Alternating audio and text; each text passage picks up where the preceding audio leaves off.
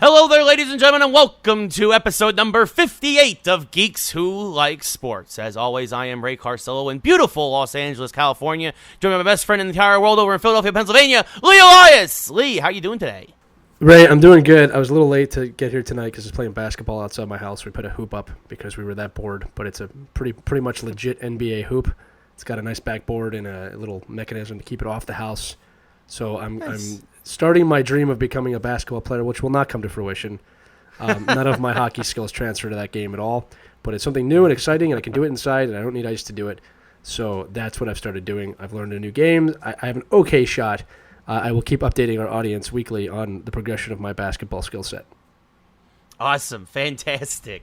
Well, for me, I do not have a basketball hoop. I am not doing pretty much anything outside. I'm mostly staying inside, continuing to stream digital sports on my Twitch stream. So that's about it for me. Actually had a really good win today. The Rangers won, came back to win. They were down 4-2, came back to tie it with 18 seconds left, and then won it in overtime. Against the Sabres, so that take a 3-1 series lead in the Eastern Conference semifinals. So go check that out. We'll have those highlights maybe later for Geeks Who Like Sports and for maybe We Live Hockey if you guys want. We'll cut those up. But yeah, we have a good show for you today. Since we're speaking of sports, we're speaking of hockey, and we're speaking of basketball, we should probably get underway with those. But don't forget, we have a lot going on today. We've got a lot of stuff with DC. We've got a lot of stuff with some wrestling stuff going on. We've got a great mashup for you today. But like I said, first we're going to start off with hockey and basketball. Hockey, the NHL and NHLPA have officially ratified that they will do a 24-team playoff here to determine the winner of the 2020 Stanley Cup, which means that 7 teams, their season is basically over. And, if they ever decide where these are going to be held, we will have a 24-team playoff. Lee, I know you've been talking a lot about the sanctity of the game the past several weeks. I know you were not the biggest fan of the 24-team playoff. Now that it is, basically, this is the plan. What are your thoughts? Well, the first thing I'm realizing how confusing it is to say 24-team playoffs in 2020, because it sounds like you're saying 2014 playoffs in 2020, which is already a tongue twister. I just realized, I thought you said 2014. I'm like, it's 2020, Ray. And then you're like, there's 24-team. I'm like, oh, there's an M there. Yeah. I've got a lot of thoughts about it. Number one thought is it's exciting to hear that hockey's coming back in any form. Okay, so I don't want anyone to hear what I'm saying right now and think that I'm complaining about hockey coming back if it does come back. So to be clear about what's happening, the NHL and NHLPA have agreed officially to that system, to that type of play, a 24-team playoff. Both sides have agreed to it. When, how, and what arenas it's going to happen in, that is still very much up in the blue. But this is a major step for any major sports league. It's a major step of, hey, we have a plan. Now we have to figure out the logistics, which they're working towards. And it's going to be regional stadiums with no fans. So the way this tournament would work, just to fill you all in if you don't know, is 24 teams make it. The 4 division leaders get a bye round in the first round. The other teams will play each other in a best-of-5 playoff matchup to see who gets to the round of 16. During that best-of-5 matchup, there will be a round-robin tournament between the 4 divisional leaders in each division to probably reseed those divisions 1 through 4 based on their outcome. And then from there on, it's 16 teams, best-of-7 series. It's like any other playoff year through to the Stanley Cup. So it's an exciting idea. It's something different. It is going to award the Stanley Cup. That's the positive. The positive is there looks like there's going to be hockey before the end of the year. It's going to be in the summer. It's unprecedented. It'll be fun. Now, the things I'm about to bring up, I don't want them to be complaints. They're just observations, okay? Because you can't be begging for sports to come back and then be upset in the manner that they're doing it. But we can give feedback on, what they're doing in observation. So number one observation is Gary Bettman had said that they were very interested in maintaining the integrity of the sport. And to me, that meant 3 7-game series and finishing the regular season. Now, obviously, they've got past the point where they feel comfortable doing that. I understand that. And the way this is working out is there are extra teams in the playoffs now that really had to earn their spot. And there are actually 2 teams left out in the cold. And the problem I have with it, I'm going to look up the standings just really quick, because what happened here, and this is the scenario I don't like. All right. And again, the teams like the Rangers are going to be in the playoffs, and that's great, and it's fun to see because they were on the cusp. But now here's the other problem here. Okay, when you look at the conferences here, all right, and I can't seem to get that up on here, but teams like there's a few teams just a couple points out of that playoff wall. Yeah, the Rangers were on the bubble. The Islanders, the Blue Jackets, the Hurricanes. 4 teams fighting for 2 spots in the East. But then you have teams like Montreal with 19 regulation wins, who are now going to be a playoff team, I believe, against Pittsburgh. Well, here's the thing: 24 teams make it. The 24th team is the Montreal Canadiens, and they have 71 points, and they've played 71 games. This is what's a little annoying, a little bit. Okay, Buffalo and New Jersey both have 68 points respectively and have only played 69 games. Now, once you get past New Jersey, Anaheim has 67 points, but they've played 71 games, so they're out of it. So now you have 2 teams. If I'm Buffalo and New Jersey, this is where it gets a little weird because I haven't had the chance to earn those 4 extra points that could potentially put me above Montreal, Chicago, and Arizona. Now, I also guarantee you, because the markets are Buffalo and New Jersey, that's why this was made to pass. If it was Montreal and Chicago, they probably would have had to play a play-in game or something like that. Yeah. So that's the first thing that kind of is a little weird. Now, with that said, those teams weren't making the playoffs anyway. Okay, so I have to keep that in mind. Number 2, there's no fans in any of the buildings. Obviously, it's going to be minimal. It'll be probably a few games a day. The teams will be quarantined, and it sounds like the front runners for arenas right now are the Staples Center in Los Angeles, the T-Mobile Center, I believe it is, in Vegas. In Vegas, Vegas, T-Mobile in Vegas, All right, and I've heard North Dakota here or there. I'm sure there's some few Eastern rinks. So they're going to be regional tournaments in those areas. I've heard players say things like, I don't want to play in the COVID Cup. I want to play in the Stanley Cup. And what that means is this. We're going to have to swallow the pill. And I think most of us will gladly do that, to be fair. But we're going to have to swallow this pill of whoever wins this year forever is going to be that asterisk team that won and a team that did not win it normally. Now, with that said, I'm okay with that, all right? Because everyone will give that team a free pass in terms of them being Stanley Cup champions. And, I don't want to say nightmare scenario. The scenarios where this gets really awkward is if the Rangers go out and win the Stanley Cup. Honestly, it gets a little awkward because they were out of the playoffs and they came back. Or if Montreal, the 24th team, comes in and wins the Stanley Cup. It's pretty awkward, okay? It's unlikely those teams will win, okay? A lot of people, you never know what's going to happen. No, I know, but it's just unlikely those teams will win. Okay, most likely the stronger teams that got their rosters back are going to be fighting for that championship. The Blues are obviously a favorite. Boston, Pittsburgh, Washington, those are probably favorites to win. Philadelphia would be in that this year. Okay, that's if they come back strong. So here's the thing. Number 1, above all, I'm going to say this again. If hockey comes back, I'm not complaining. I'm excited. I love it. I want to see hockey. It will also open up the door for the sports leagues, which we'll talk about in a minute.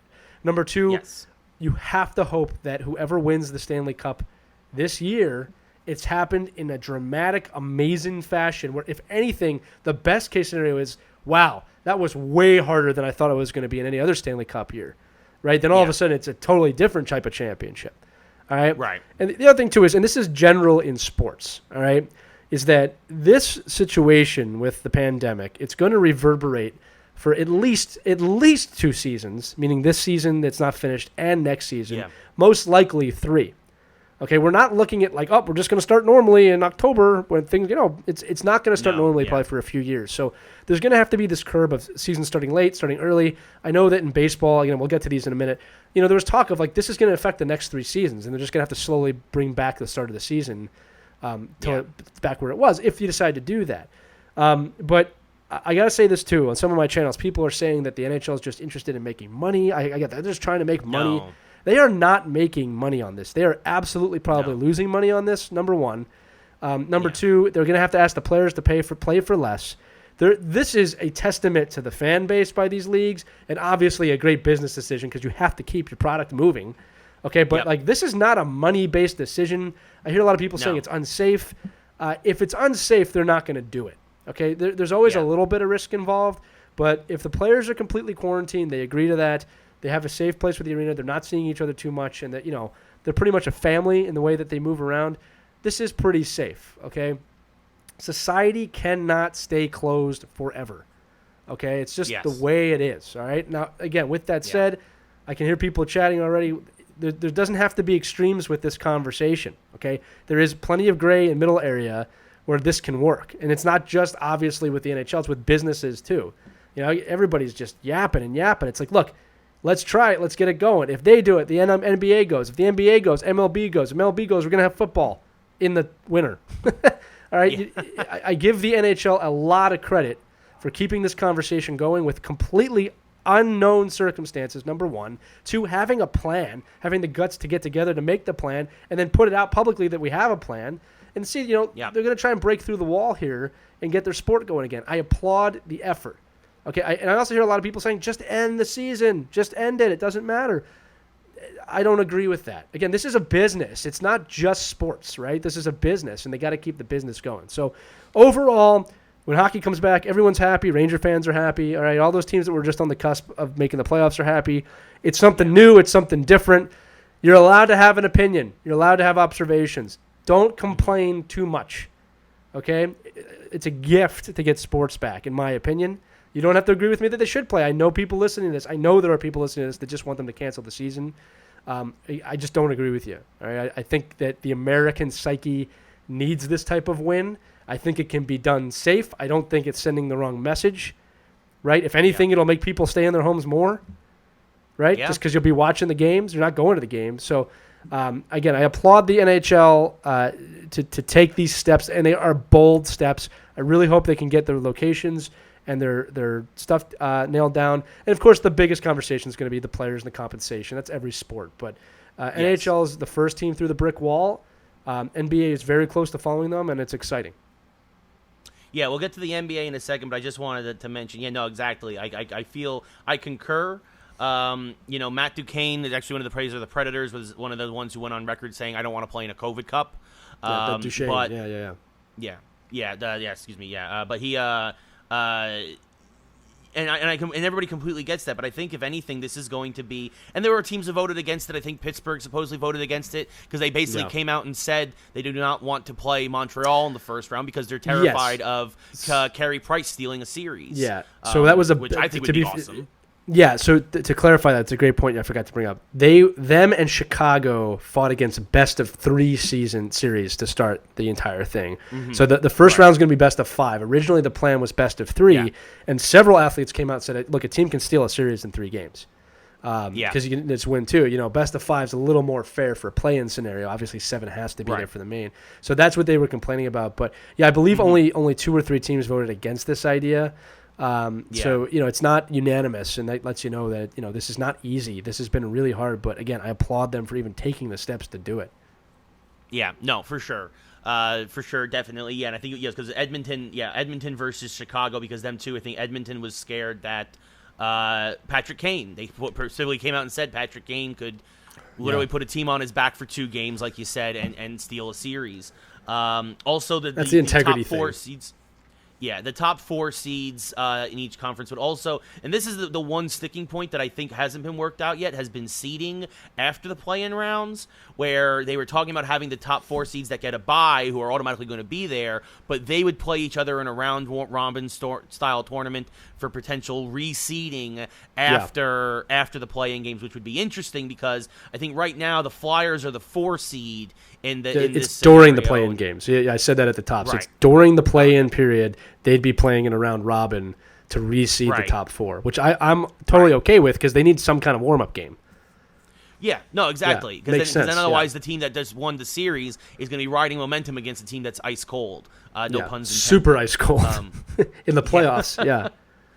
Yeah, no. So good on NHL. I mean, this was a big deal Friday night as soon as this was passed by the NHLPA. I immediately texted Lee the article. I was like, "This is happening." And they're going to take precautions. You're seeing that in Europe right now with a lot of the soccer leagues who have been really at the forefront of this. I think they just announced, in Germany, they had 2 total players test for COVID. They tested, 788 players out of the 900 in the league in the first round or whatever. They got, everybody, as many people as possible. They only found 2 positive, and those people have been rightly quarantined. If we do something similar, and I think that I'm not going to get political, but I think that if we can get to the level that Germany's at in terms of testing and all that other stuff, I think this is obviously going to be very, very doable. And do a similar scenario again. Keep the players in hotels, keep them localized, and that leads us into our next sport, which is the NBA, who haven't ratified anything, haven't approved anything as of yet.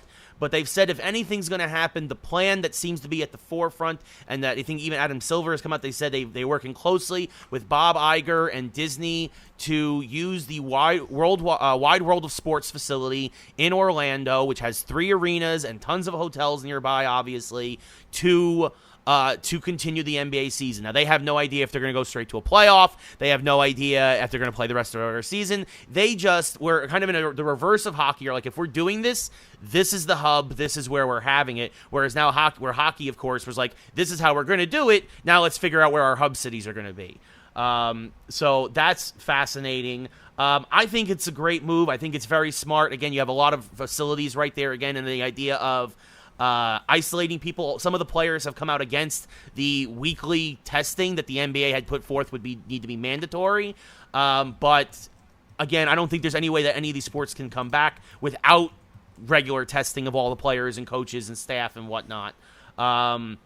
So, Lee, what do you think about the NBA down in Orlando? Yeah, I love the idea. We've been talking about this for 2 weeks, I think, and it sounds like the NBA and the NBA PA, or whatever their PA is called, took it a step further now, and they're like, okay, this is where we're going to do it if we do it, like you said. With also, not just Wide World of Sports, but you also Amway Center in Orlando is right there where the Magic play. So that's where the main arena would be, per se. Would be very easy to quarantine the players. Here's the thing. The players' associations in the leagues, and this goes for everything. Again, we'll talk about this in baseball in a minute, too. They're going to argue, and it's going to look like things are falling apart a lot. They will find a common ground because the truth is the players need to play and the teams need to run their teams. So, the players might say something stupid like that or it might leak like that. They will find a way to come together and do this. And again, public perception is going to be big on these things too. No, I don't think anyone in the public is going to say, why would you not get, they're going to say, why would you not get tested every week? That makes complete sense. At some point, that you do the common sense thing. But, yeah, there's going to be back and forth. That's what players' associations and leagues do. They bitch at each other, and then they sign a CBA. That's just the way it goes. So I love the plan. I think that's super unique. I have a feeling they're going to see what the NHL does, obviously, and like how that works out with the 2014 playoff. I could see them doing the exact same thing or – again, I don't know why they feel like they have to do it their own way at that point. A lot of it depends on logistics, again, and how many games they can get in a day. But, yeah, I think they should totally move forward with this as well. Unless there's a high population of players that have COVID-19, which is unlikely at this point. Right. But, yeah, same thing as the NHL. I applaud them for working on it. Make a plan and do it. I think you could get this done. You have more than enough broadcast facilities. You could do this, okay? But, yeah, like just to say, testing must be mandatory, not just weekly, but probably before every single game. All right, that's number one. You'd have to have extreme testing, and if someone gets sick, they need to be quarantined. Keeping in mind that these are young, athletic people and are very healthy. So that's the good news. I mean, the worst-case scenario here is someone gets unbelievably sick or worse. All right, but that's extremely unlikely that that's going to happen if they're quarantined and they stay together, or even if they're just in small groups of 4. All right, so again, there's a lot of logistical things that would need to happen. I've heard with hockey they'd be wearing full face masks. I don't know what that means in basketball. All right, but yeah, there's a lot of things that are going to need to happen. But they're both leagues taking really great steps to at least try and come back. And even if they don't come back, it's good to see them doing this. Yes, no, for sure. That they're all arguing and fighting, and it's all for the good of the game and good for the fans, really. Like Lee said, it's good for America, man. It's good for America and Canada. We need this right now. I think. Yeah, and I don't think we're being selfish. I've heard some people say that, you're being selfish. Guys, this is part of our culture. This is part of American culture. Now, if you're going to say that this is a problem and it's greedy for Americans, we can go to Italy and Germany and China and around the world. They need Korea needs to shut down their baseball league. All right, you can go around the world and tell them to stop doing the things that they do that define their culture. If you do it safe, this is something that would really ease most Americans. Not everybody's a sports fan, obviously. Okay, but this is something that would really put a lot of people at ease. It is a necessary distraction. If it's done right, it's actually a service to these people. And I would not, no matter where you are on the sports fan spectrum, I would not underestimate what sports means to this country. All right? Yeah. I mean, we're seeing celebrity golf tournaments and NASCAR and things coming back. I mean, 10-part documentary series are getting massive audiences. People are yearning for this. And I think it's something that would be great during this time. Yeah, again, as long as we do it safe, and the only reason why we haven't come back, like Korea and Germany and a lot of other places, again, not to get political, but we are lagging behind the rest of the world in a lot of that stuff, a lot of the stuff that they were at the forefront of when it came to this thing. But look, we didn't cancel World Series for the flu, we didn't cancel World Series for World War II or Vietnam or anything like that. Same thing with the Stanley Cup, same thing with all of these other. The NFL championship or the Super Bowl, America needs this. I'm with Lee on this. I don't believe it's selfish either, especially, again, as long as everybody does what they're supposed to and stay safe. Be tested regularly, maintain your social distance when you're out of the games, and just, do what you're supposed to do. What would be selfish is if they had fans there. That would be selfish. Yeah. Okay, what would be selfish is if they were forcing large, bands of people together that didn't want to be there. That's selfish, okay? Finding a safe way to play is not selfish in my mind. What if somebody gets sick? The players will know the risk, and so will the league, and they will have to make a decision. I will not look down on any player that doesn't want to play. I won't. If a player says, I'm not doing it, I that's fine. I have no problem with that either. Okay, and nobody should get to call those players names or anything like that. It's their personal choice. But I think the threat is extremely low. I think we know a lot more about this virus than we did 6 months ago. Well, not 6 months, 6 weeks ago, 7 weeks ago. Yep. All right. And I think that, again, they're consulting with the best. And again, you got to remember, people, well, the scientists say this and the polls say this. You got to bring a lot of information together. You can't go on one piece of information and say it's a good or bad idea. And I think these leagues are doing their due diligence. No, for sure. Everybody is very much, they seem to be on this. And again, going back to the money thing, again, this is going to be everything's going to be operating at a loss this year. Everything, right? You're not going to you might get the edge taken off by having the games come back in the TV deals, but everything is going to be operating at a loss. I mean, these are guys making millions of dollars to play children's games, and when you don't have the ticket gates at the it's hard to make up that money. I can tell you this right now.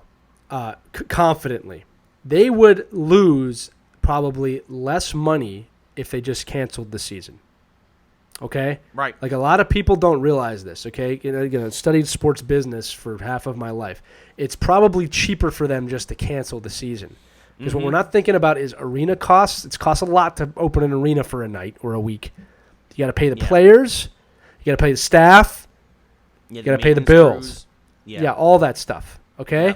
Even at a minimal, you're putting millions of dollars out to make this happen. Whereas if they just cut the losses, close the arenas, and don't pay anybody, there's no money going out, there's no money coming in.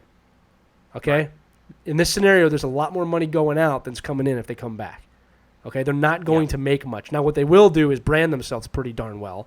People will remember that. There's brand loyalty there, which long-term will mean a lot. Okay, but just basic, balance sheet, it will be cheaper. It's cheaper for them to stop the season than to continue it. Yeah. Right? The players don't get paid unless they're playing. They're not getting paid right now. People don't seem to realize that.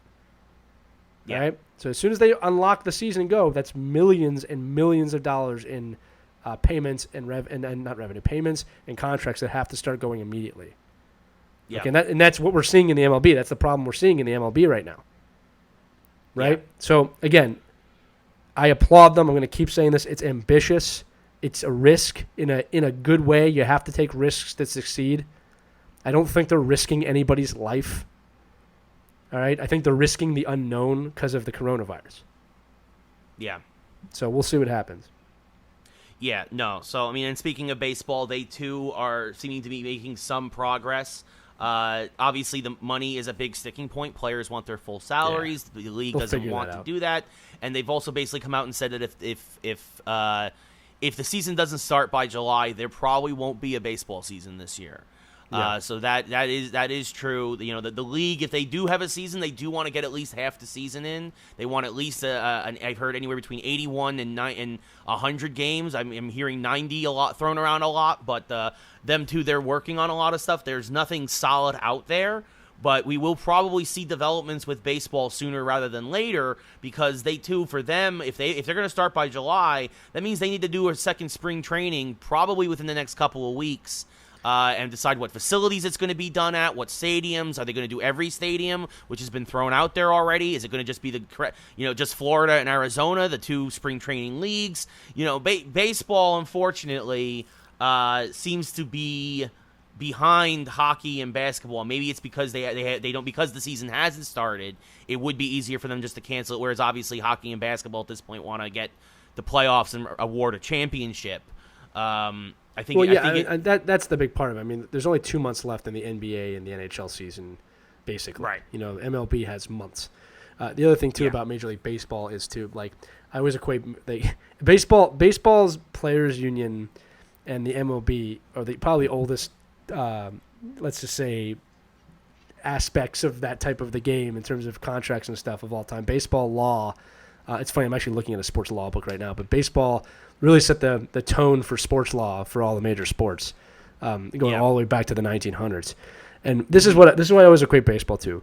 The players are like the House of Representatives, and the MLB is like the Senate. Okay, which is the players want something, they take it to the Senate. The Senate either kills it on arrival or they don't, and then obviously the commissioner is like the president. The difference being Major League Baseball runs much better than our government, right? Yeah. So this is what I think is that usually. Okay. Baseball's not they cannot afford a strike right now or a lockout or no season. Let me put it this way: if they don't play because the players in the league couldn't come to an agreement, that's horse poop. Fans will not stand for that.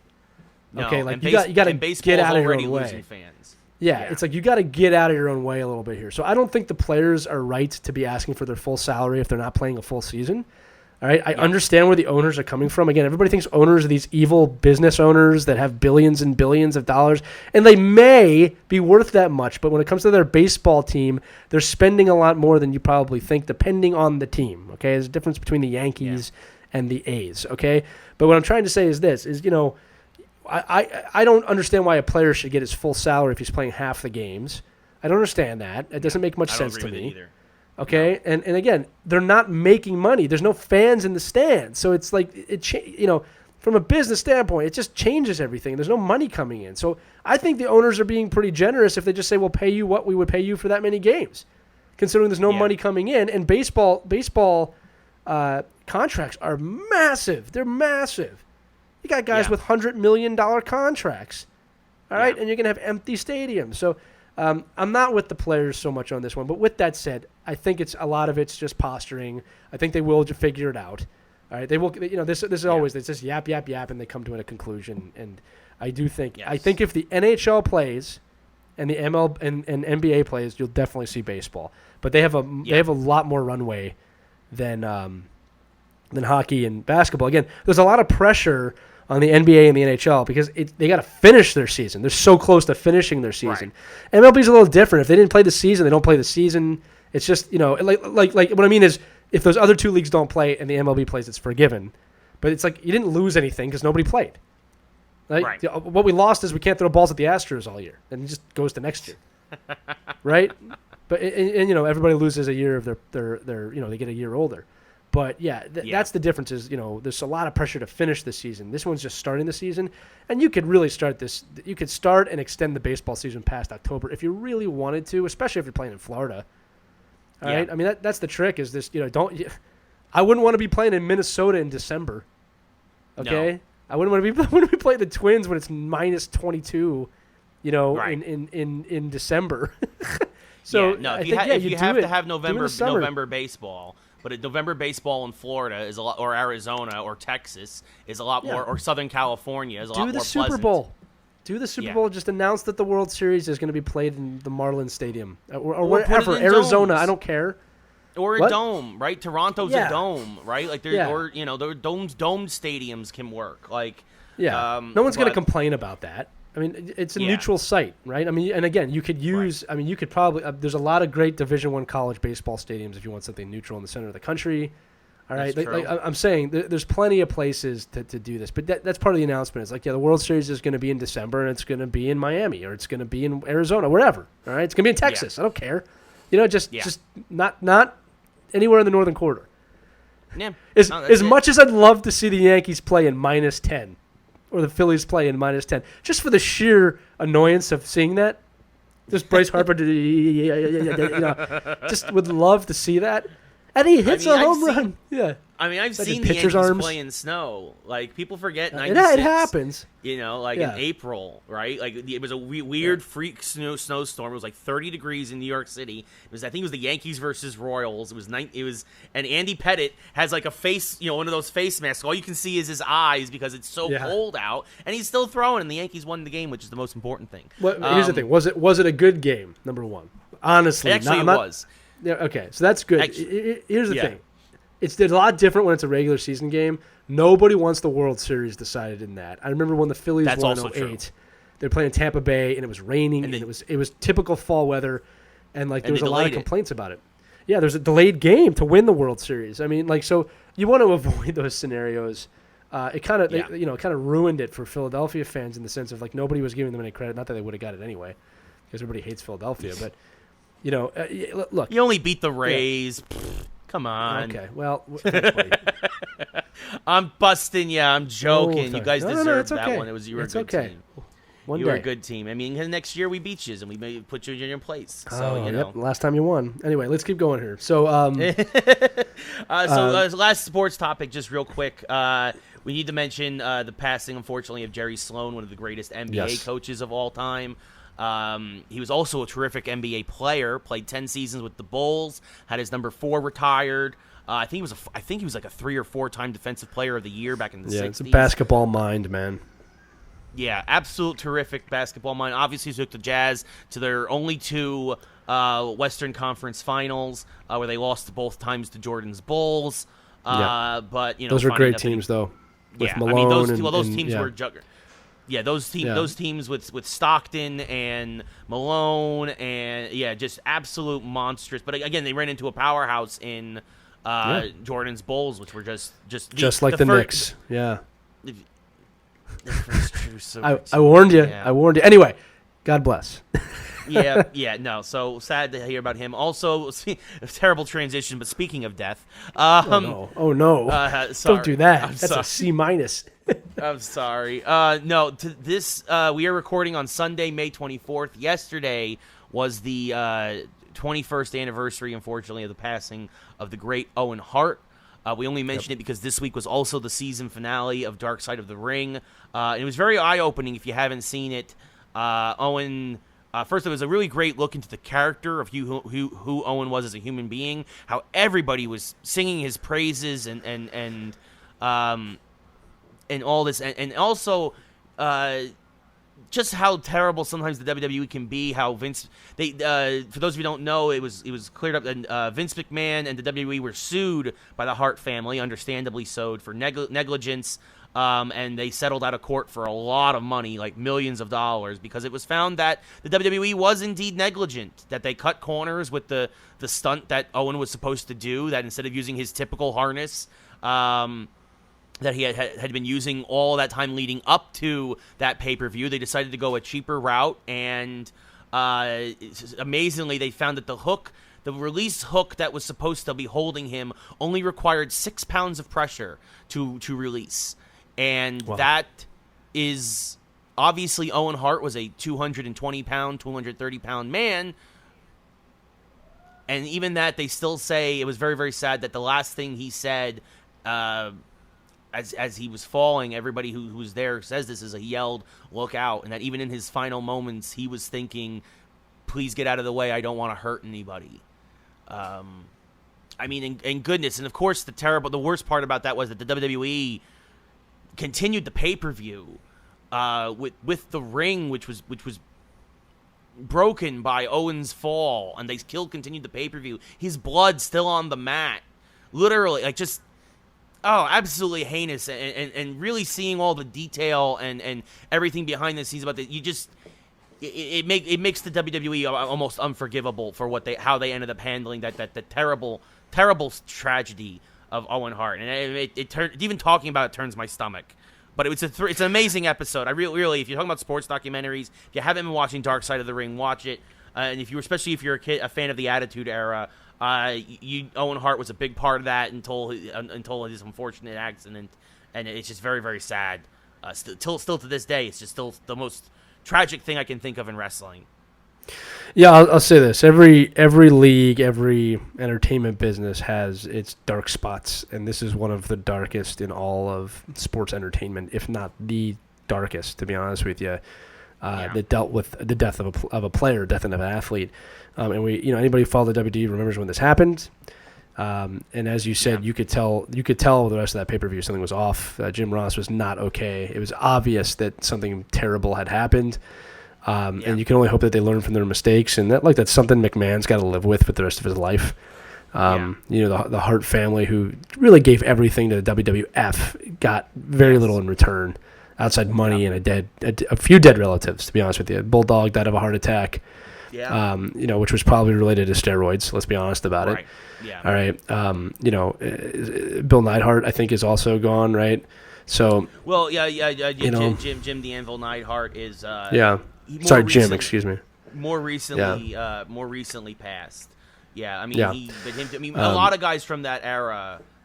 Yeah, there's a lot of pain for that family and that team, is what I'm trying to say. So, tragic. Again, that does end the first season. Also, ending the first season, we didn't talk about, but The Last Dance did end last Sunday. The Michael Jordan documentary, phenomenal. Again, if you haven't seen it and you've been following, you must watch it. Yes. It's maybe one of the best documentaries, if not the best documentary I've ever seen. And it's just masterfully put together. And here's the thing, and Ray and I know this from working in post-production, that was a very complicated story. They were telling 3 stories at the same time, all right? 3 stories at the same time. And they did it so seamlessly, and they did it so well. And ESPN was able to put humor into it and give us a really different view of Michael Jordan. One that if you have read books or read Phil Jackson or read anything about these teams, you kind of had an inkling that, this is the way it was. But really a fly on the wall into what professional sports is like. And again, I've been around pro sports. It's much more like that than people realize. I mean, we love the glam and the glitter and the stories, but, to be a professional athlete at that level, what it takes, what you have to sacrifice, I don't think a lot of people do understand. And I think that gave an unbelievably in-depth look into the life of a top athlete. And, Wayne Gretzky has said it was like that a lot of times, and that, the best in all the sports have said that. And the way the country has talked about it, and other basketball players have talked about it, I believe that documentary is going to change how a lot of things are done in television and cinema in the future, especially not just in sports. Again, we're going to talk about the Snyder Cut of Justice League soon. I think that's inspired that. So I just wanted to give a shout out to the people that made that. Phenomenal, 25 years in the making. Just an incredible documentary experience. I've heard that they have Kobe up next potentially, that they recorded his last season. And several others. I mean, I just hope that it doesn't get overdone. But very exciting to see that you could pull off. That was our question when this started: is can they pull off a 10-part series? It's not going to get boring, and they completely did. This is the best praise I can get it. I'm upset that it's not on again tonight. I could do more episodes. I was just about to say, can you guys can you do Jordan's years with the Wizards now? Like, can you just I would say please God no, but there's some pretty good stories there too. That's what I'm saying. There's got to be a bonus episode, right? Come on.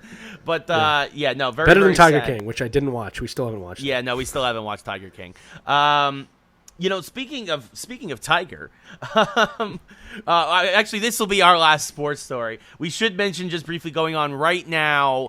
As we're talking, it was delayed because of rain, because of course it would rain in Florida on today. Phil Mickelson and Tom Brady are playing Tiger Woods and Peyton Manning for charity on a 2-on-2 golf tournament, 18 holes. I'm not a big golf guy. I don't hide that. But obviously Phil and Tiger are the best of a generation. Peyton and Tom are the best of a generation of football players. To see them come together for charity like this, I think is going to be a lot of fun. I also really appreciate Eli Manning joining Twitter just to send some barbs at Tom Brady in support of his brother, which Tom, of course, very rightly so returned. But Eli also has 2 big wins over Tom that always kind of sticks it in Tom's craw a little. But, so good on them. It's a lot of fun, especially, I'm sure, for golf fans and people, as we talking about, starved for sports right now. Yeah, well, it's clear with what's going on Twitter that people were starving for this, and again, it's all in good fun. Everybody's enjoying it. And apparently, Tom Brady's not a great golfer, but he still had like a miraculous birdie on one of the holes because he's Tom Brady. So it's a cool thing. I like to see when athletes come together.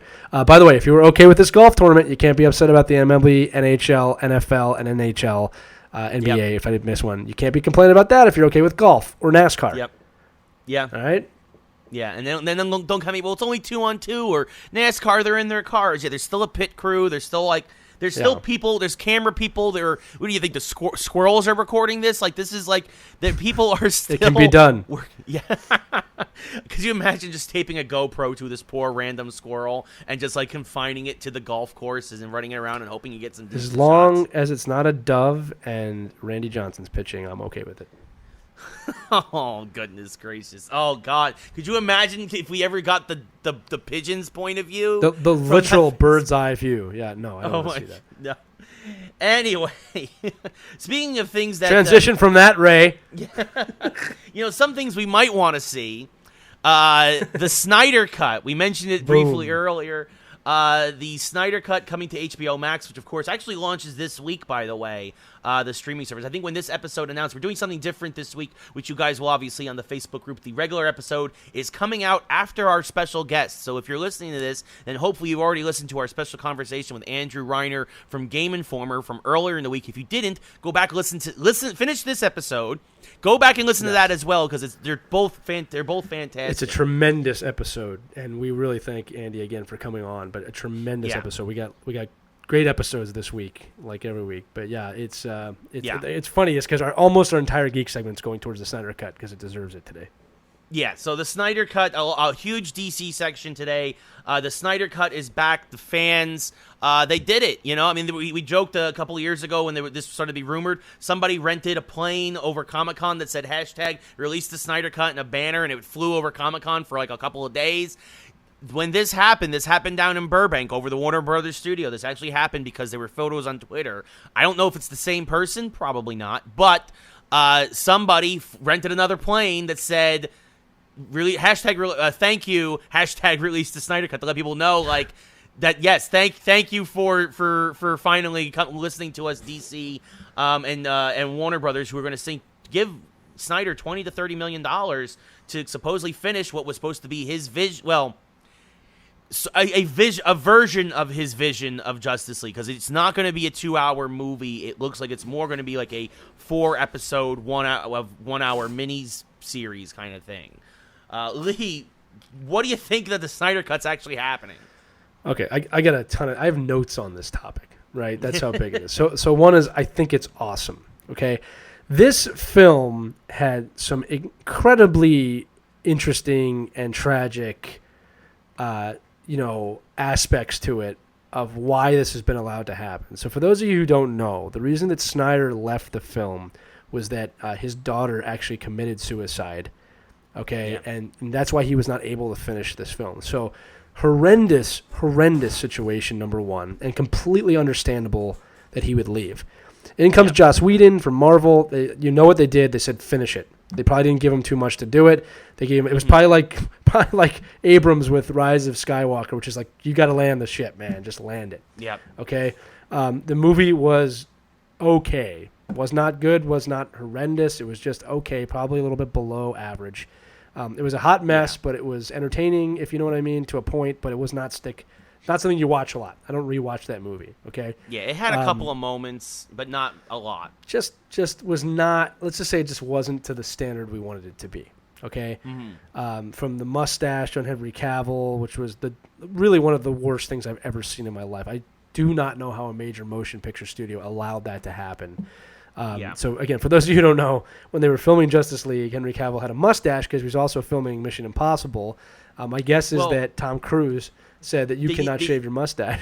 They needed to do pickups with Cavill after they had shot, and they're like, "Hey, Henry, we need you to come back, especially because Josh needs you to come back to help finish the film," and that's when it started. So they had technically finished the rough cut, but he needed a pickup. So. It was bad. Okay, it was really bad, and it was very obvious And for a movie of this magnitude, it's not acceptable for them to have done that, even to be ambitious, number one. So one is they're probably going to fix that to the best of their ability, or at least redo it. I mean, it's been a few years now. They could probably get a better job on that. Yeah. That's number one. Number two is, as you said, this is going to be on HBO Max. It's on television or it's on streaming. So this is what I know. Yeah, they are going to give Snyder 20 to 30 million to finish this. They will not do reshoots as of today. So that's what they've said is we're not bringing the actors back in. You're not going to get the chance to reshoot anything, even though Snyder actually apparently proposed that. Okay. Yeah. So we'll see what happens. If this gets enough traction, they might do it. Like, nothing's in stone. Like, I remember almost a year ago we were talking about how Spider-Man's leaving the MCU, and we both said, I bet you that this is not happening. I bet you they're going to go back on this and they're going to work together and figure it out. They're just, again, they're fronting everything, and they did. So if this is the interesting things, okay? This has got a Henry Cavill endorsement. It's got a Ben Affleck endorsement, which is incredible. If you think about it, for the main two actors of the film outside Gal Gadot to say that is a big, big deal. Shows their support, obviously, of Snyder and that they want this film to be better. Remember that Affleck's Batman drove him to rehab, and that's like documented. Yeah. Right? The character drove him to rehab for whatever reason. Okay. Then there's these other things too I want to say. So it's a sequel, or it's not a sequel. Sorry, they're redoing the film, which makes me wonder. If he does this right, does it open it up again for these characters to come back in that DCU? Okay, which would be very interesting because it's completely fractured right now. It always has been. And I wouldn't be against it if they do a good job that they continue this maybe on HBO Max moving forward. Maybe it's not going to be motion picture releases. Don't know. Right. The danger of it, obviously, is that they better not just be throwing a carrot out here for me to go after do I get HBO Max. Because if we all get HBO Max and this thing sucks, or it's not that much different, which I don't think is going to happen. I think it's going to be drastically different. Okay? Yeah. It's going to piss everyone off. Okay, but I've heard everything that Darkseid's going to be in this. I've heard that Martian Manhunter is going to be in this. Martian Manhunter, yeah. I've heard a lot of promising things, and I trust Snyder. It's funny, I watched Man of Steel last night, and I've said this before. I really like Man of Steel. I actually really enjoyed that movie. I know a lot of people have mixed feelings about it. I really loved that. I mean, it was very much the post-Nolan Batman, and Nolan produced that film. A lot of people don't know that. Syncope was very involved. I really liked where they went with Superman in that film. If we could get back to that, I'd be really happy. Remember, Snyder made 300. I mean, there's a lot of promising stuff here. Now, Watchmen, The last thing I'm going to say, Ray, before I let you talk, is that somebody had said that this is wrong. It's teaching fans the wrong thing, that you can't go back and change things. And we talked earlier in the week with Andy about Sonic the Hedgehog, and that spawned fans to talk and got things going. Mm-hmm. Again, there are some such extenuating circumstances with this. I don't agree with anybody that says that. Okay, this is not an original not an original story in the sense of Superman, Batman, Wonder Woman have existed for a long time. Okay, it's not the artist's vision, right? As much as it is, these are characters that people know. This one gets a pass, in my opinion. Now, if you want to ask how many more of these films get a pass, that's a topic for another conversation. This one gets a pass because of the way it was stopped. But very excited for this. I'm really hoping that this changes. It goes right back to what I was saying with The Last Dance, that people will watch multiple part series. And I hope this brings Affleck back. I hope this brings Cavill back. And I hope we can continue with the DCU in a promising way.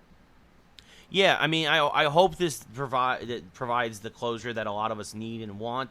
As you mentioned, though, if this is still bad, not only could it be bad for HBO Max, because people are going to unsubscribe en masse, but this is also going to probably really, really hurt DC, which right now just isn't doing what, again, it's just, they're not doing what the fans really want. They're not really in the good graces of a lot of their hardcore fans. And so if this still continues to disappoint, this could really hurt DC just in general for a long time. And we're going to get to a few more things with DC in a minute. But it's hopeful. It's promising. Again, I really can't imagine how they can't, unless he has stuff in the can already shot, how he can't reshoot a couple of things. or or at least like do some audio pickups or something to help kind of tie it all together. But it's going to be really fascinating to see what happens. And also, to your point, I think it's also a very short list about movies that can go back and be quote-unquote fixed. You know, I mean, I still think everybody still agrees that the original Star Wars trilogy is still better than the special editions. You know, like you typically don't need movies to be fixed. But again, because of the circumstances, because of the unusual scenario around this, we can let this one slide, and I think that it would be better for, much like the Richard Donner film years ago, when he was forcibly removed and by the Salkinds, and Richard Lester was put in place, and then of course he also did Superman 3. You know, I think that sometimes just. And for that was just pure politics with Donner. I mean, that goes back to the fact that Donner did the unusual thing of shooting both people don't realize this. I'm going to give you a little DC history lesson right here. Superman 1 and Superman 2 were being shot at the exact same time. A lot of people don't realize that. And what ended up happening was because he was taking so long with both movies that the Salkinds, who were the producers of those original Christopher Reeve Superman movies, were like, you got to finish one of them. We got to get it out. We don't have the money. And so what ended up happening was he turned all his attention away from the two films that he was pushing at the same time, because they were always supposed to be super interconnected, Superman 1 and 2. And what ends up happening is he finishes one, and as soon as he finishes one, and as soon as they get out the door, they drop Richard Donner, and they bring in Richard Lester to finish it up, and he kind of brought in some more comedic overtones. He purposely, to get the director credit for that film, reshot a lot of stuff on sound stages, where Donner was very much a guy who would like to go and do stuff on location if possible, or at least recreate a location. And that's why, and then of course Richard Lester's Superman 2 was such a success, really, as it kind of meshed both those director styles, that obviously Lester stayed on for Superman 3, and Superman 3 was, if you were a little kid, it was good. Most of the I would say as a little kid, when I was like 5 and I saw Superman 3 for the first time, I thought it was cool. As I got older, I was like, not so much. Well, then we don't talk about Superman 4. Yeah, but that's why. So again, that's what happened with the Donner cut. Yeah. So if I may, on the Donner cut, because I wanted to comment on that too. I said I would on the Andy episode. Look, I saw the Donner cut. I own it. It's phenomenal. That's one of the things we don't get to talk about. And again, this came out probably around 2010. Okay. Yeah. It's phenomenal. All right, there are some scenes in the Donner cut. Keep in mind, he definitely couldn't go back and reshoot anything. There's a scene why Superman explains to his father, Jor-El, why he has to be Superman. And it's unbelievable that was even cut. Looking back, okay, I can understand late 70s, early 80s why that happened, because it was a little more fluffy. But now with where comic books are today, where comic book movies are, there's a well-acted, unbelievable scene between Marlon Brando and Christopher Reeve of why he explains to his father why he has to be Superman. And it's a good explanation. And I'm not going to ruin it for you, because I want you to go see it. And then obviously there's other endings. Now, here's something funny that people also don't remember about Superman 1 and 2. Most people can't remember which one of those two movies has General Zod in it, right? And it's funny because, General Zod's Superman 1, right? Well, here's the funny thing. The reason why you have problems is because he's in both films. Yes. Okay? And that's why people forget it. Yeah, a lot of people don't realize that, is that they put General Zod and his cronies in the Phantom Zone in the beginning of Superman 1. Yep. But you don't see him again until Superman 2. Right? That was kind of unheard of at the time. Right, but that's why people always confuse those two movies. That Superman 1 is Lex Luthor and Otisburg, and him setting rockets and then setting time spinning back. The Earth back around to reverse time. Yeah, that's how interconnected those movies are. So if you ever get a chance to see the Donner cut and you haven't seen it, go see it. But that's actually an incredible example of how this can be done right, because it was a much better film. It was darker, I'll say that. Okay, it didn't have the fluff. And again, late 70s, early 80s cinema is a different time period. I completely understand that. All right, it definitely worked for the time. They weren't looking for a serious Superman movie back then. I mean, if you look at superheroes back at that time period, they're not serious like they are today. Okay, so it's a good cut, but it shows you that this can happen. So go see the Donner cut if you ever get a chance. But again, I always love bringing that up because people forget that about Zod. They forget that like, he's in both movies. You just don't realize it because it's such a blip in the first one. Yeah. Yeah. Technically, he's in both of the new Superman movies too, although they screwed that up. Yeah. Right? He's not Doomsday. I don't know what they were thinking with that. Yeah. Sometimes it's a thing where you got to understand. You got to understand what when you're making a comic book movie, what's sacred to the fan base and what's not. Yeah. Right. Yeah, it's why Avengers Doomsday did so well. Right. It's like the guys who the Russos who understood we can mess with this. Oops, sorry, hit my microphone. They can mess with this. We can mess with this. We can't. Did it again. Hit my microphone. We can't mess with this. I've got to stop talking with my hands. I'm talking with my hands too much. The Italian in me's coming out because I'm getting all worked up here right now. You can mess with this, you can't mess with that. And DC too often is like, we're just going to mess with everything. Like, you can't do that. like it's like, again, take Doomsday. This is a pretty iconic villain in comic book history. He kills Superman. He killed Superman! All right. That's my point. You don't merge him with General Zod. If you're going to do Doomsday, he's an alien from outer space that comes to Earth, and he hates, that you got to follow and then you got to do the reign of Superman. Okay, so again, they weren't ready for that storyline, and that would have been okay. They didn't have to do the death of Superman so quickly. No. Okay, no. And they didn't have to give Batman a gun, but that's okay. It's another thing. So again, there are certain truths. Let's just say the essence of a character, and like you said, there's some. I'm going to do it without hitting my microphone. There's some things you can change, and some things you can't change. Okay, and Marvel's always towed that line, and Marvel gets in trouble too when they mess with that. Yes. Okay, like we just don't talk about it that much because they're so forgivable, but Marvel does that too. Well, okay, yeah, that's why it's why a lot of people didn't like Iron Man 2 is because again you merged Whiplash with the Crimson Dynamo. You took two villains and you made an amalgamation that really didn't work. Yeah, and Iron Man 3. Well, where they basically the Mandarin is a major villain. People were very upset with Iron Man 3 because it wasn't the real Mandarin. Now, the good news is, for those of you that like the Mandarin, they are fixing that in Doctor Strange in the Multiverse of Madness. I've heard that.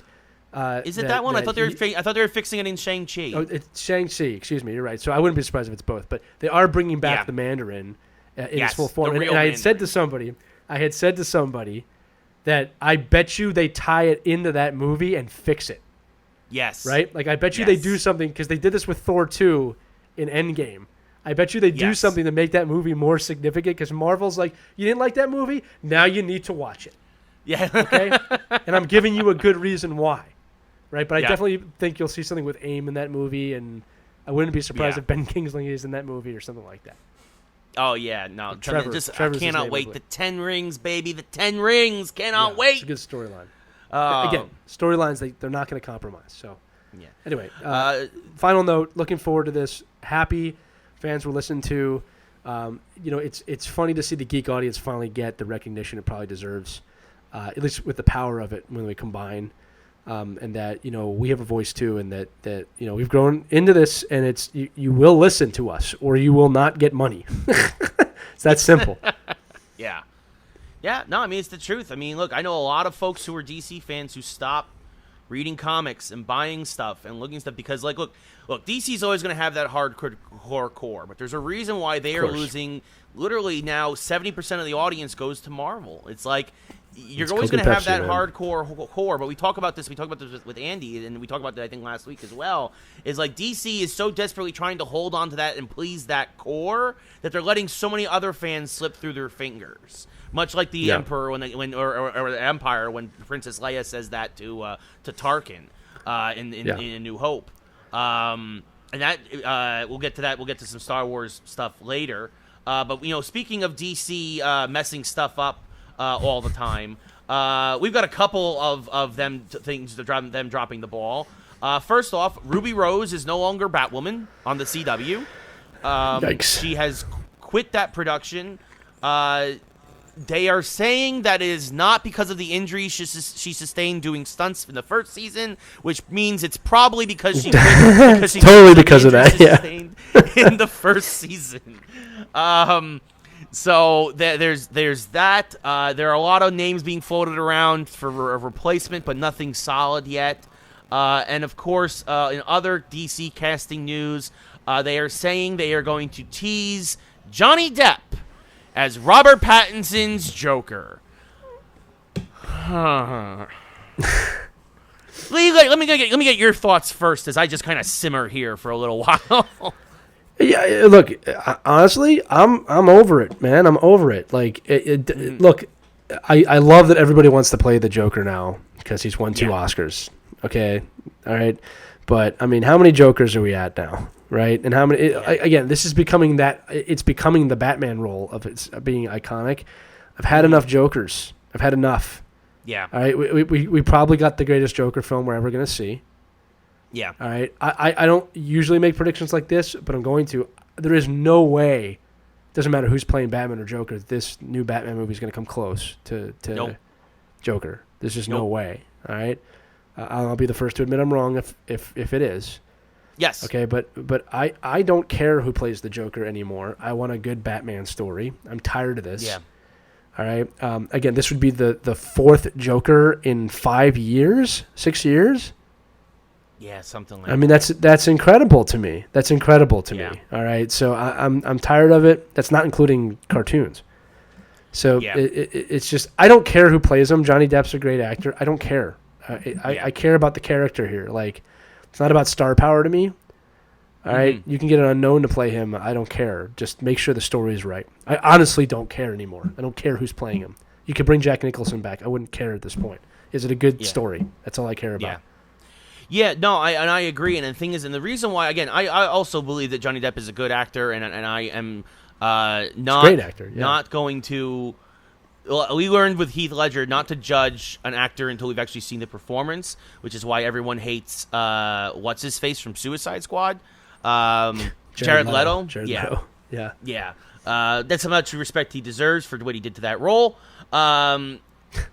Even though him too, he's actually a good actor in most of the films that he's in, but he really messed up. Oscar winner. Yeah, he really didn't do well with the Joker. The point I want to say is my worry now is we know the Riddler's there, we know the Penguin's there, we know there's Catwoman. Now you're telling me the Joker's in this movie.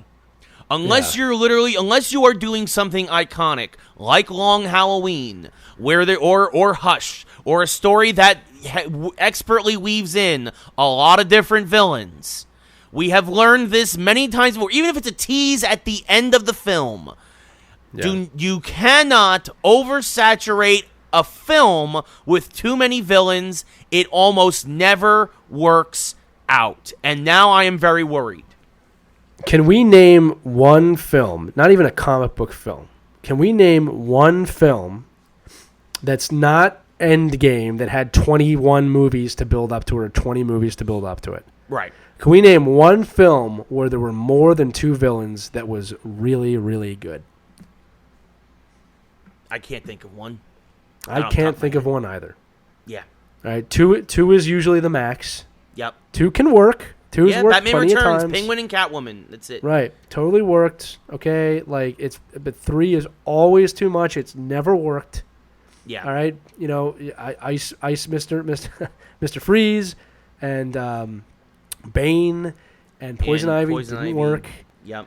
Spider-Man 3, Sandman, Venom, and Goblin did not work. Yep. Okay. Even though you turned Goblin, it doesn't work. Yeah. Okay, again, Avengers movies all connect, so it's a little bit different. And again, I wouldn't even say in Endgame there was more than one villain, if you really think about it. Yeah. All right, Infinity War had a villain, just one. Yeah.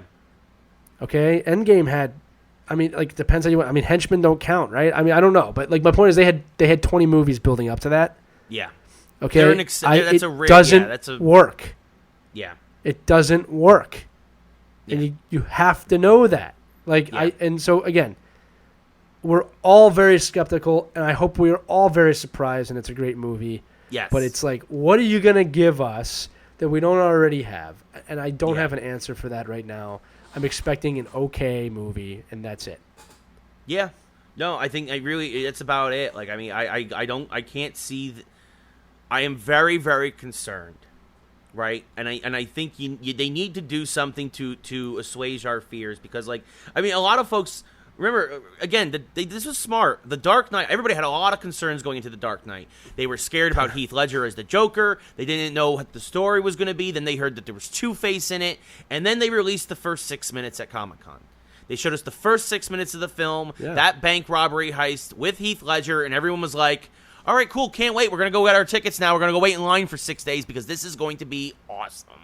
And it was.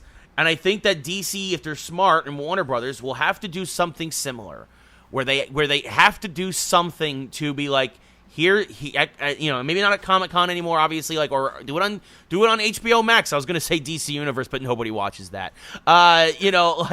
You give us 6 minutes that's to make us feel of what I was sure will be a 2.5 hour film.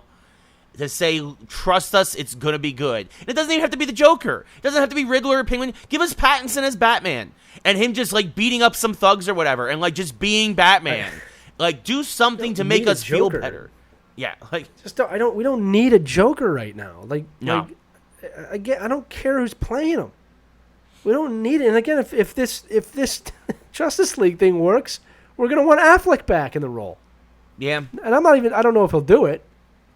Yeah. Okay, but it's like, I don't know. Again, time will tell. I don't think anybody can fault us for being critical.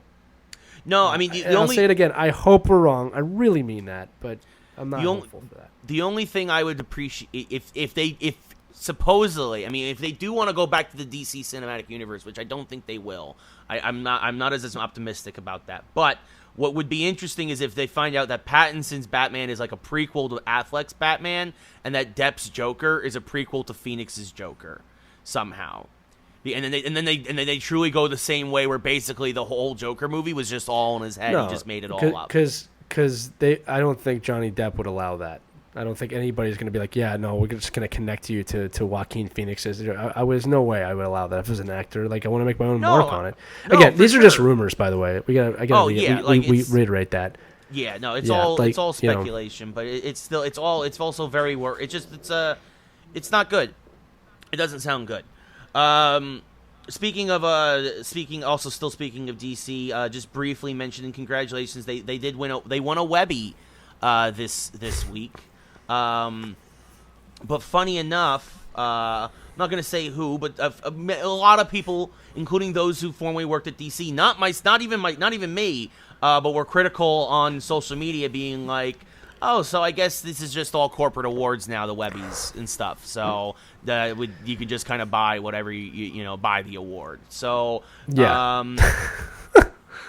so good on them, I guess. But a lot of folks out there kind of are just like whatever. Yeah, look, their original content was mostly well done, and it was at a high level, but it should never have been on DC Universe. It should have been on HBO Max from the beginning, and more people would have watched it. But like you said, people are buying this award. I mean, like, good for them. I'm like you. Good, way to go. Yeah, congrats to them. Way to go. All right, fantastic. Moving on. This was a special anniversary this past week. The 40th anniversary of The Empire Strikes Back. Lee and I were in Orlando. Speaking to Orlando. Lee and I were in Orlando 10 years ago now. I believe it's been 10 years. Yeah. Celebrating the 30th anniversary at Star Wars Celebration 5, which until the coronavirus is almost an annual thing. It started to seem down here in Anaheim at Disneyland, but it was a big deal. It was a special thing when we celebrated the 30th anniversary. You can see all the pictures online on Facebook. Lee, just what are your thoughts on the 40th anniversary of Empire? Yeah, look, it's the best Star Wars movie they've ever made. There's no debating that. That is the bar. Everything is always compared with Empire. There have been scenes compared with Empire, like in Rogue One, when Vader goes murdering everybody in a hallway. Yes. It is the pinnacle of Star Wars films for now. And it's good that it's the 40th anniversary because I think it's reminded people of how good of a film that is. It still stands up to today's time. It set a benchmark for other geek movies in the sense of it did not end with the Rebels winning. They very much lost. Yeah. You would not have Infinity War without Empire Strikes Back. Okay, you would not have a lot of movies ending on a tragic note if it wasn't for Empire Strikes Back. I loved celebrating it 10 years ago. You wouldn't have Boba Fett if it wasn't for Empire Strikes Back. Yep. So That was one of the best trips I ever took with you, or in general, was going to Orlando for Celebration 5. Yeah. So it's just a great milestone in cinema, 40 years old. Mark Hamill was on Instagram talking about he was really overwhelmed by how much messages and praise he was getting for that 40 years later. That's how you know you've really done something. Yeah. So, again, it's an iconic film. It's not just a Star Wars film. It's an iconic film in cinema for what it accomplished. And it was ambitious as hell if you really think about that movie at the time it came out.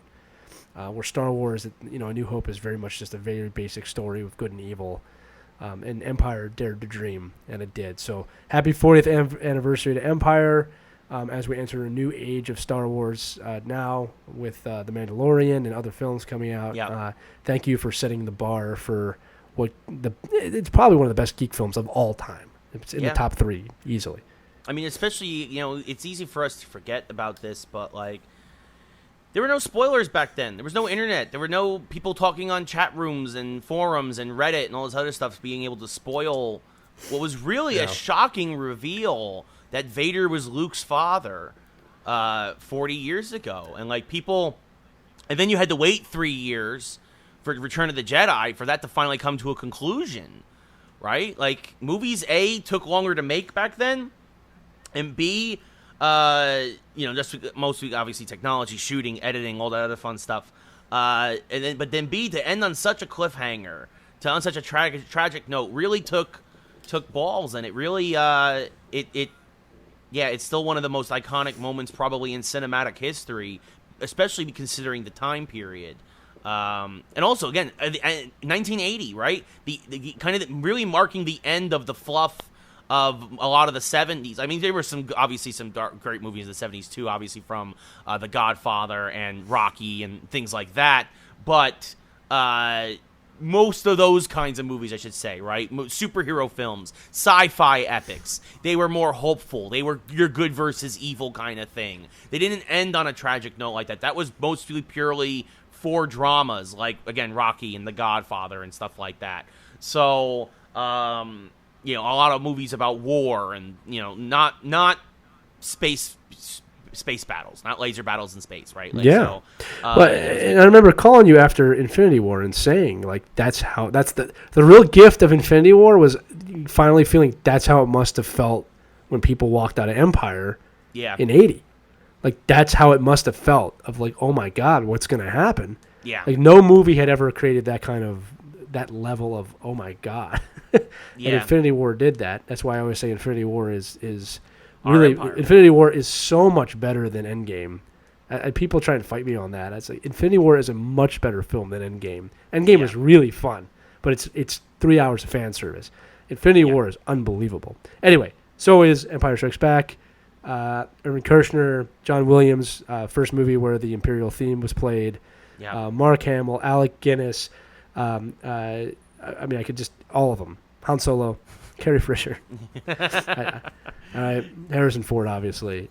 Everyone involved in that film. A lot of my life has been spent watching that movie. Peter Mayhew, so thank you for Daniels, that. The list goes on. And on. Kenny Baker. Like we could pull up the IMDb list, folks, if you want to hear the cast. Thank you. Just thank you. I mean that. We all have something. Everyone I know that likes this show has something from Empire in their home. Every one of us. Yeah. No, it's true. It's very true. It's true. So, all right. Well, so that brings us to the end of our geek section today. This is the end, my only friend. The end. We still have, of course, our mashup though. We have a good one, based on. We spoke earlier of golf. We spoke, of course, of Phil Mickelson and Tom Brady. Tiger Woods versus golf versus Tiger Woods and Peyton Manning. Thank you very much, Lee. I'm give me a little push there, buddy. No worries. It's golf. It's whatever. But what fictional character would you like to see paired up with Tiger Woods and Phil Mickelson in a similar kind of scenario as Peyton and Tom? Lee, I'll let you go first. So this is one where I'm not going to disqualify Deadpool. I want Deadpool to play with Phil. Because I don't think it would be I think he would say a lot of inappropriate things if he played with Tiger, but I could deal with him playing with Phil. So Deadpool would be number 1. I think it would be hilarious. And number 2 is going to be a surprise pick.